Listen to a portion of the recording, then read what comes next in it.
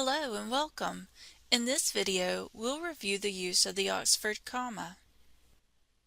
The Oxford comma is a comma placed before the conjunction in a list of three or more items. It's also known as a list comma, a series comma, or a serial comma. Let's look at an example sentence using an Oxford comma. My favorite desserts are donuts, tiramisu, and hot lava chocolate cake. I've included the comma before the conjunction "and" that joins the last item to the list. This final comma in the list is the Oxford comma.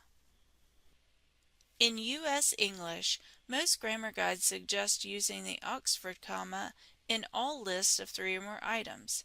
However, in British English and other variations, the comma may be considered optional. When the Oxford comma is excluded in the sentence, Word's built-in grammar checker will place a blue dotted line below the word missing the Oxford comma. Notice the blue line below the word tiramisu in this example, indicating the need for a comma.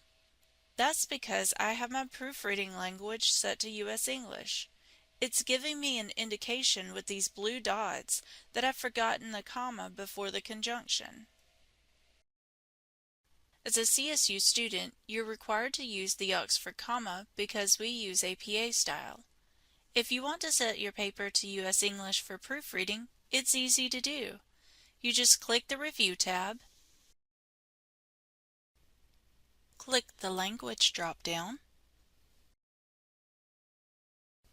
and click Set Proofreading Language. Set your proofreading option to U.S. English. Click Set as Default to ensure that it's the proofreading language for all future papers as well.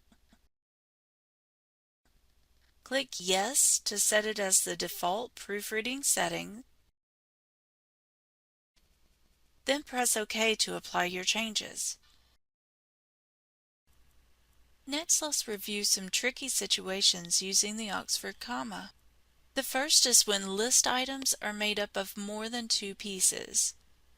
My favorite desserts are donuts and a latte, tiramisu, and hot lava chocolate cake and vanilla ice cream. The first and last items in this list are made up of two pieces, donuts and a latte, as well as hot lava chocolate cake and vanilla ice cream. Since I've listed two items together as one, I've joined them only with a conjunction and no commas. Overall, the list is made up of only three items.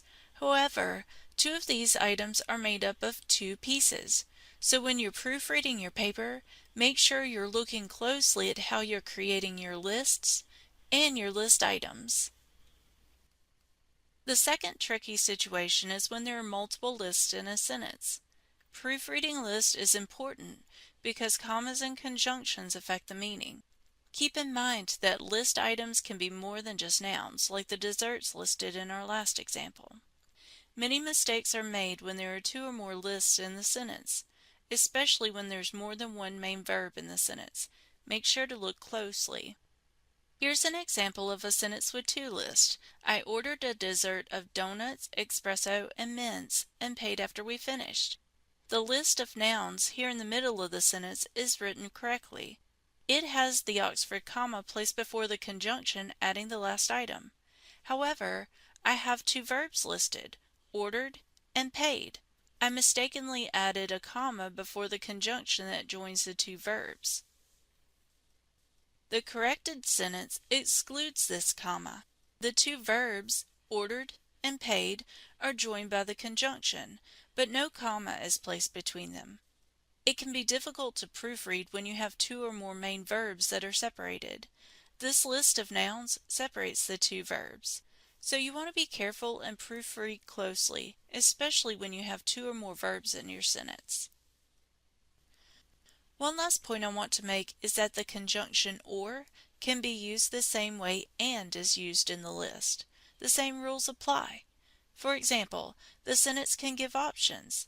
We can order donuts, tiramisu, or hot lava chocolate cake in the cafe. The comma is added before the conjunction or in this list. The Oxford comma is placed before the conjunction leading into the final point of any list of 3 or more. Thank you for watching. If you have any questions, please reach out to the Writing Center.